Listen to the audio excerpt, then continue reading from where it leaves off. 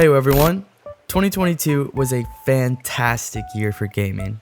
As I mentioned in my worst games of the year video, I think there were a lot more good games this year than there were bad. That being said, I've compiled some of my personal favorites of the year.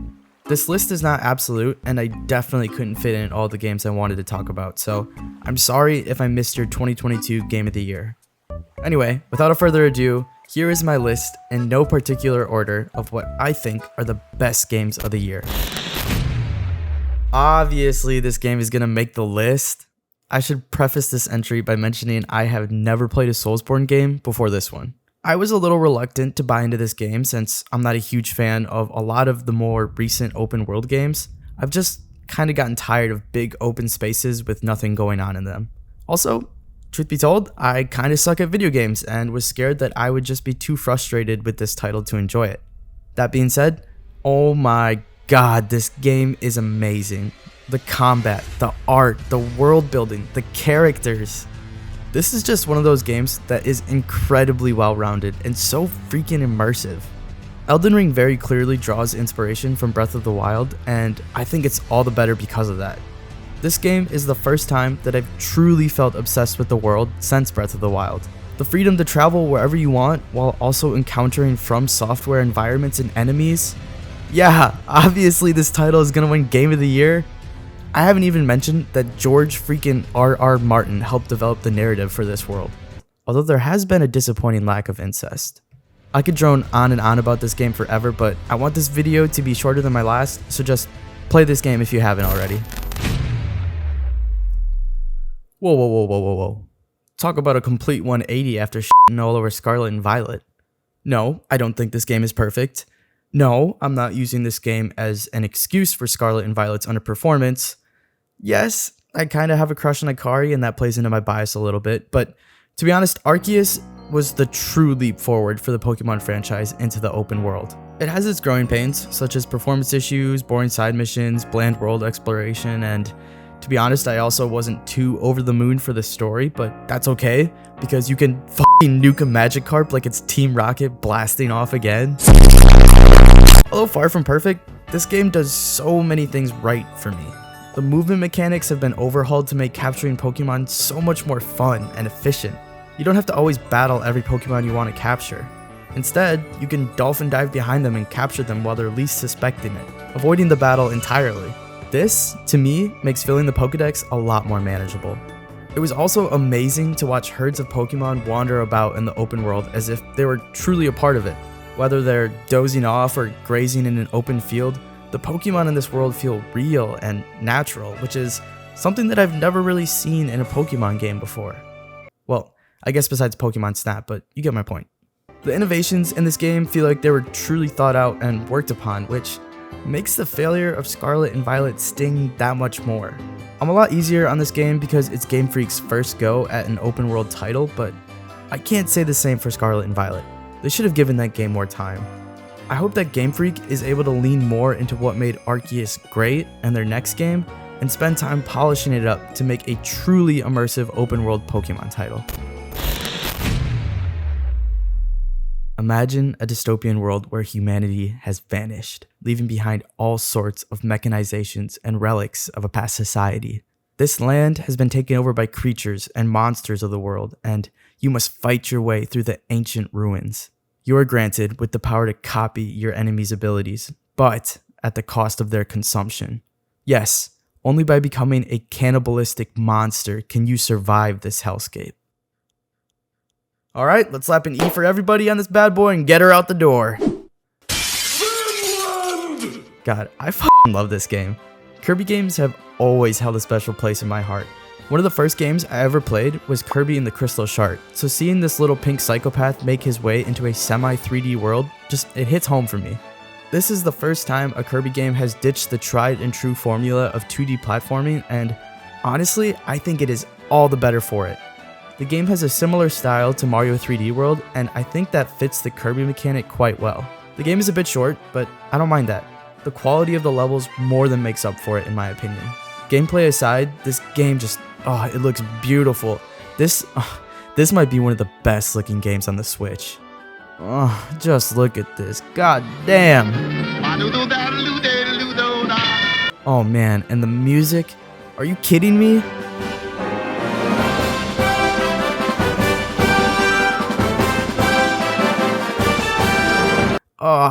I would have sex to this soundtrack if I knew what sex was and or how to do it. No, I do not think this is an unhealthy obsession with Kirby. I'm just stating why this game is incredible. Oh, you don't like Kirby? Well, then maybe you should go to jail, you pervert. I'm going to be completely honest with you guys, I have not played this game yet. However, I wanted to put it on this list because I think that this game, and its predecessor Until Dawn, are unique experiences. These games have been doing something that I find pretty neat. And they're using actors.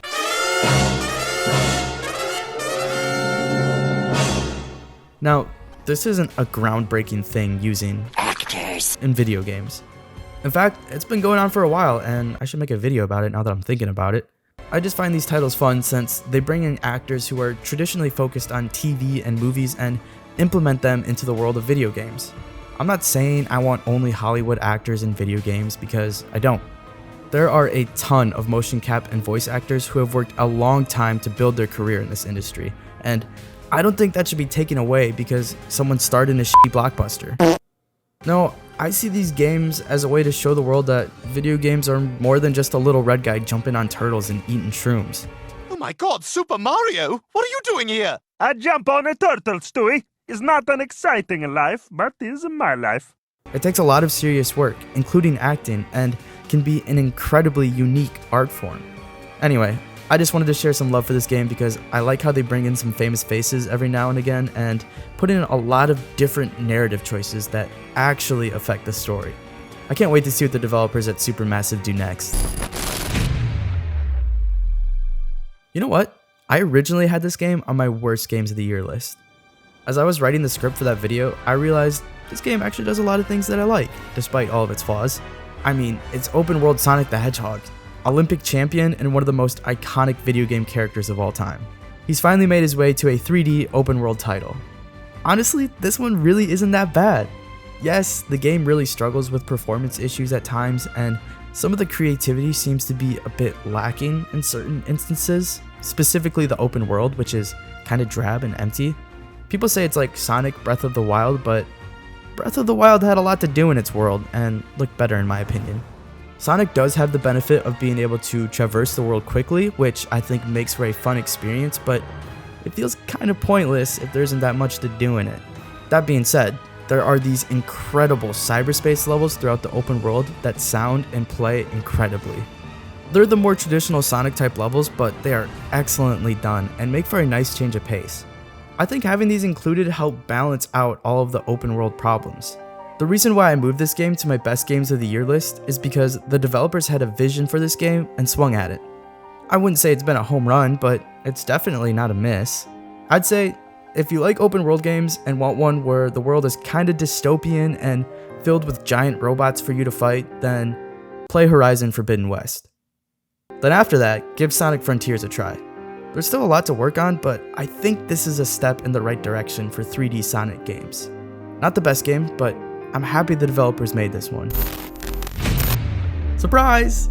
I put a COD title in here. Yes, I always make fun of these games, and I do have some serious gripes with the franchise, but god damn it, I'm a COD fanboy. Nintendo is where my gaming career began, but Call of Duty? That's what really killed my socialization skills. Even though I haven't really been that happy with the past couple of CODs, I am really digging this one. I don't know if it's because I missed Call of Duty and need the toxicity in my life, or if this game is a legitimate hit for Activision. The gameplay is smooth as butter and the graphics truly feel next gen.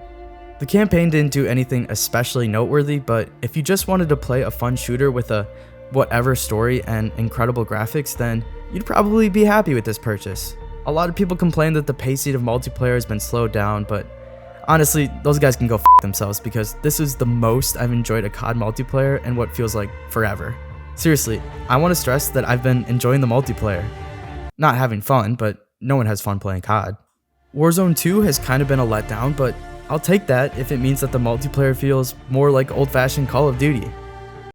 Damn. Oh, by 1 point. Shut the fuck up, bitch. Shut bitch ass. Get your grandmother, nigga. I'ma take the Fuck you, bitch! fucking lost, You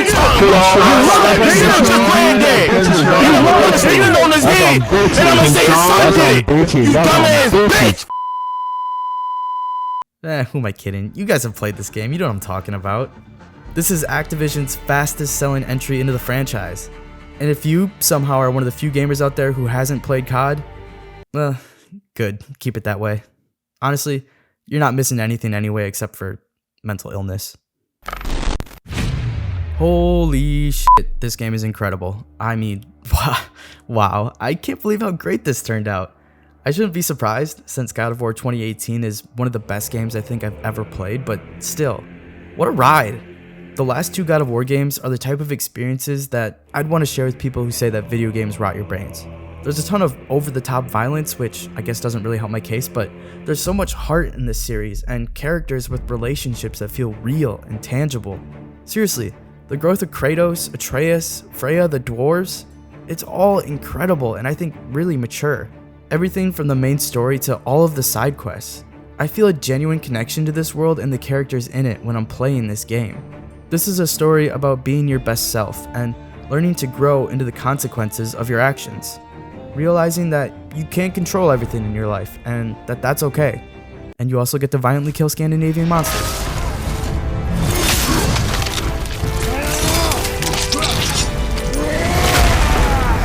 Seriously, the combat in this game is so refined. The skill trees and all the different combos you can unlock make this game so fucking fun to play through.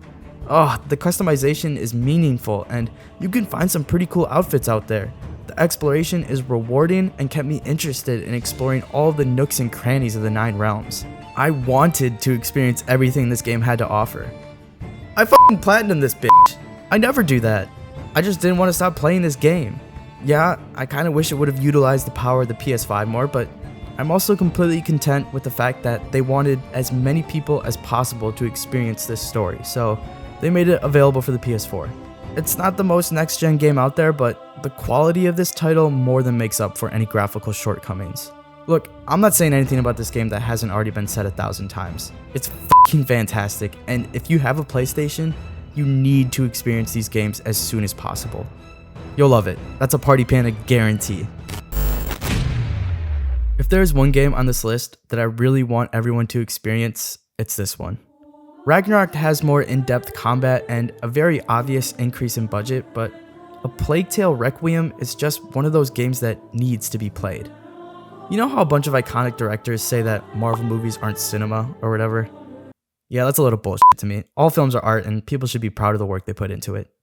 Anyway, if those bozos were to ever direct their insecurities towards video games, I would point out the Plague Tale games. These games have some of the best writing, acting, and music I've ever experienced. It's such a snub that they didn't win Best Soundtrack at the Game Awards this year. Anyway, it's an adventure of two siblings fighting their way across Europe in order to find a cure for an impossible disease. The characters you meet along the way feel real and help develop the plot naturally.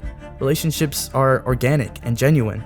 Combat is limited since you're supposed to be a young woman on the run in medieval Europe, but I think that plays to this game's benefit. When the game does get violent, then it's just that much more hard-hitting and gritty. On the opposite end of the spectrum, when you're exploring or reflecting after a traumatic event in the story, the heartfelt conversations dig deep. Somehow, the developers at Asobo Studio were able to balance gameplay and narrative in a way that feels raw and relatable. I don't care that this takes place hundreds of years ago when people would poop in the street or whatever. This game is making me feel things. There are truly breathtaking scenes in this game, whether that be admiring an open field with Hugo or violently fighting off your kidnappers as Amicia. These games aren't terribly long and they aren't overtly difficult either. If you have Game Pass, I strongly recommend trying both Plague Tale games. To me, these two are prime examples of video games as art, and I think they can be inspirations to developers who want to touch more serious topics while still making the experience uniquely a video game. I can't recommend it enough. Okay, this video is already way longer than I wanted it to be, so here are my rapid fire honorable mentions. Grounded. It's just as awesome as it looks. Would recommend with friends if you have any. Horizon Forbidden West, robot dinosaurs. Stray, cat. Lego Star Wars, The Skywalker Saga, somehow fits all 9 mainline movies, it's a LEGO Star Wars game. Their reputation for greatness still holds up. Cult of the Lamb, amazing art design with decent roguelike gameplay. Not my favorite, but you get to run a fucking cult as a lamb, so yeah. Bayonetta 3, I want a diamond ring, I want some bracelets and everything. Daddy, you better get the best for me. Hey, Daddy, won't I look swell in sables? Hey, Peter, I want the Empire State, Frisco's Golden Gate. You better get the best for me. Retro Bowl, unironically, this is one of the best games I've played this year. You get to play, coach, and manage your favorite football team in beautiful pixel graphics. Seriously, this game is awesome and available on mobile. Okay, no more. That's my list for best games of the year. Obviously, there were so many more incredible games that came out this year, and it sucks I couldn't mention all of them. There are a ton more I wanted to talk about, but instead, I'd rather hear what you guys enjoyed this past year. Let me know what your favorite games of the year were. If you made it this far, thank you so much for watching. I appreciate you guys as always, and I will catch you on the next one.